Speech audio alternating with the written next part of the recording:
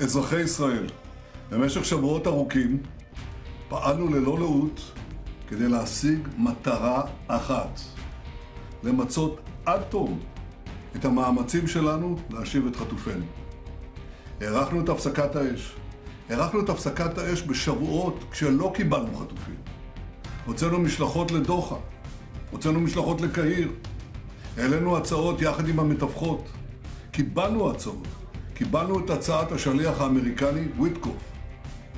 לעומת זאת החמאס דחה פעם אחר פעם כל הצעה.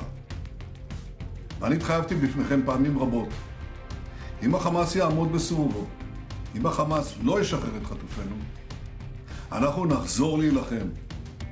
ואכן, חזרנו להילחם. חזרנו להילחם בעוצמה.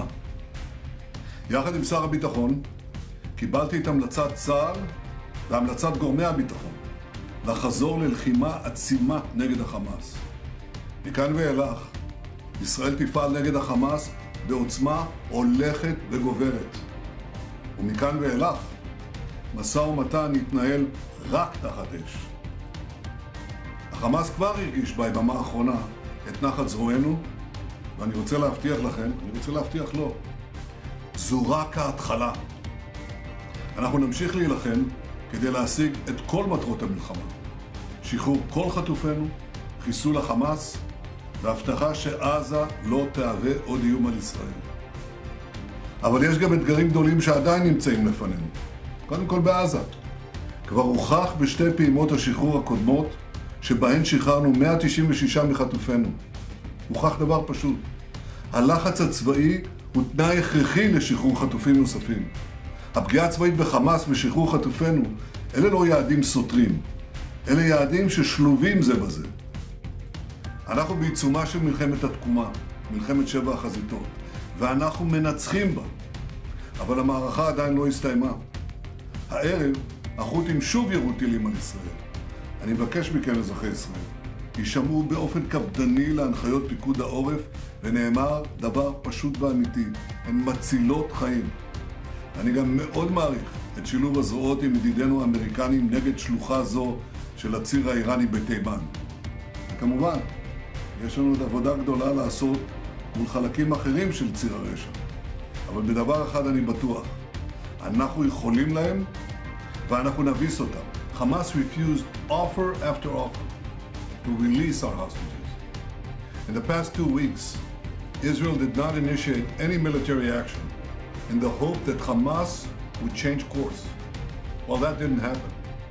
While Israel accepted the offer of President Trump's special envoy, Steve Witkoff, Hamas flatly refused to do so.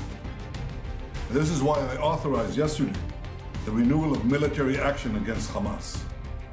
Israel does not target Palestinian civilians. We target Hamas terrorists. And when these terrorists embed themselves in civilian areas, when they use civilians as human shields, they are the ones who are responsible for all unintended casualties. Palestinian civilians should avoid any contact with Hamas terrorists. And I call on the people of Gaza: get out of harm's way, move to safer areas. Because every civilian casualty is a tragedy. And every civilian casualty is the fault of Hamas. I thank President Trump for his unwavering support for Israel. Our alliance with the United States has never been stronger. To those who criticize Israel, I ask, what would you do if terrorists murdered and kidnapped your children? You would do what we are doing. In the face of pure evil, free societies have no choice but to fight. Israel will fight, and Israel will win. We will bring our people home, and we will destroy Hamas. We will not relent until we achieve all these vital goals. And we will not rest until we give our country a future of peace, prosperity, and hope. These are the desperate attacks of a losing project. And while they think that they can scare us by abducting our leaders, Gaza, you make us proud! Gaza, you make us proud! Say it clear and say it loud! Okay, that's good to know. Gaza, you make us proud!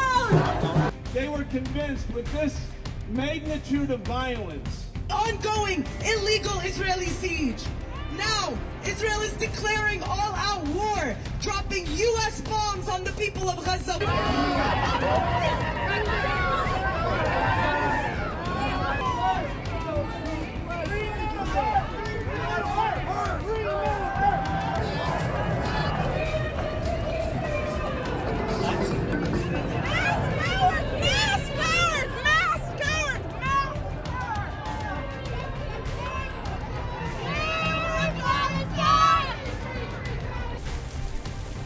אם המדינה לא מחזירה לנו אותם הביתה, אנחנו נלך להקים איתם בית בעזה. כמה אותו בכיס הקטן.